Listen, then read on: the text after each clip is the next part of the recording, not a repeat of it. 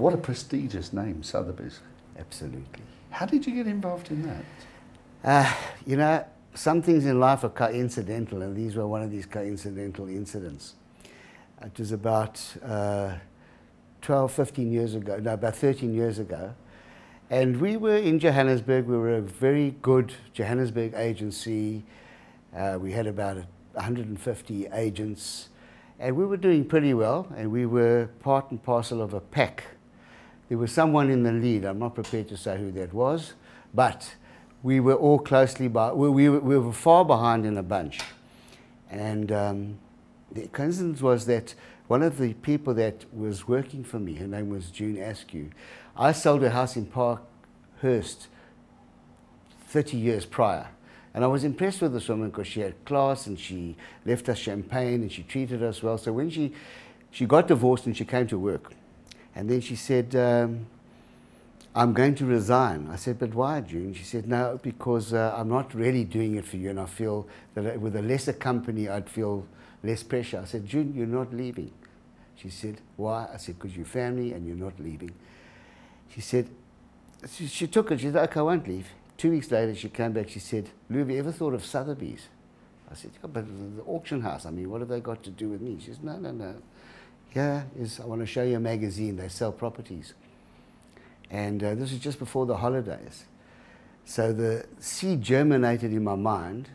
And I came back from holiday. I said, well, why not give it a go? Let's write to them. Let's see what can happen. So I wrote to them, and the return was positive. I showed my credentials. And in 2/2s, I was an affiliate of Sotheby's International Realty. And it happened at the right time. They were on an expansion phase. The profile of clients changed immediately. Once I changed to the blue colors, the Sotheby's name, we started dealing in all the more upmarket properties. We were sought out by those clients who wanted to be associated with Sotheby's. And funnily enough, we just had a recession for 5 years, and our brand did extremely well because we were dealing with the money people. And in actual fact, the last 3 years, I know that people think that we've just climbed out of the recession in the last year, but actually we've been doing very well for 3 years, the last 3 years. And our clients only want about 40 or 50% bonds at the end of the day. Isn't that just on the Atlantic seaboard? No, no, that's the profile is this. Joburg has the average price range is about 2.8 in Johannesburg. Atlantic seaboard is about 2.6.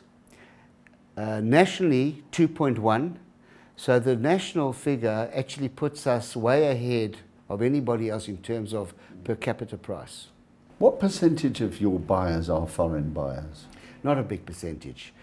And it's relative only to the Atlantic seaboard, really. In Joburg, we hardly get any foreign buyers. Hardly. Oh, you might get a few from the African countries, yes, that you do get. So all this hoo-ha that one time was abounding that foreigners shouldn't be allowed to buy property in this country was really a hot air, was it? It's complete paranoia, because it's not. Yes, if you look at the Atlantic seaboard, and you look particularly Bantry Bay, Clifton, and Fresno, yes, you'll find quite a big percentage of foreign buyers there, relative. But it wouldn't be more than 10%.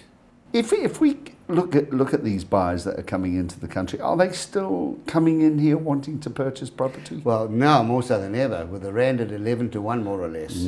That makes it very attractive. Yeah, 11 to 1 to the dollar. So that's definitely an incentive.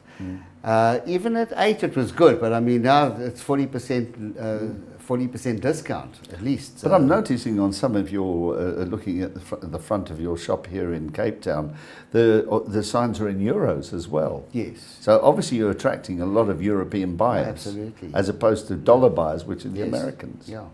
How much of it's coming in? Hard to estimate. But I would say it becomes apparent when you look at the big ticket sales. Now this season, all the old stock that had been in the market for, let's say, a year or two has all sold. Now, the sales have been to Joburgers, equally to foreigners. So the big punters from Joburg, the industrialists, they've bought a lot of those properties. But also I can name a few, quite a few sold to foreigners. But they're all in the 30s, the 40s, the 50s, 60s, even 100 millions. Can they obtain a bond? They can, 50% of the purchase price. And they get the bond? Yeah. And each time is it almost a guarantee? I would say when the big ticket guys come in, they don't even want bonds. I was more thinking in that area. So when you say, I mean, technically they can get a bond, but mostly they don't get a bond. They come in cash. Let's look at that bond market. Is it fluid at the moment, or is it dried up? No, it's certainly improved. It's improved. The banks have settled down completely. I still appreciate the fact that the banks are being more conservative than they have been in the past, and they're demanding equity in most cases.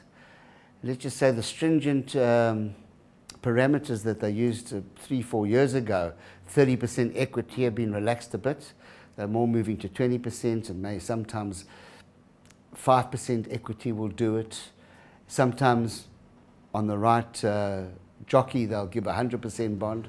And another question that I would love to ask you as well, the majority of your buyers, are they influenced by female choice or male choice?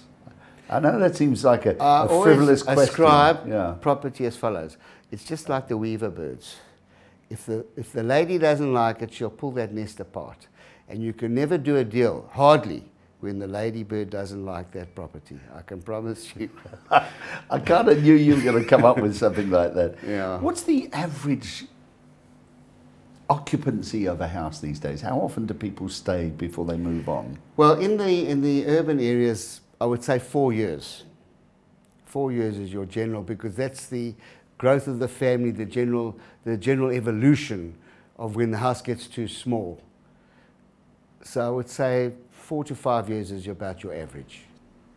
Is it better to build, or is it better to buy a fixed property at the moment? I think it's better to buy, because building costs are continually going up, and you buy a plot, a brick is a brick, and it costs, and labour costs.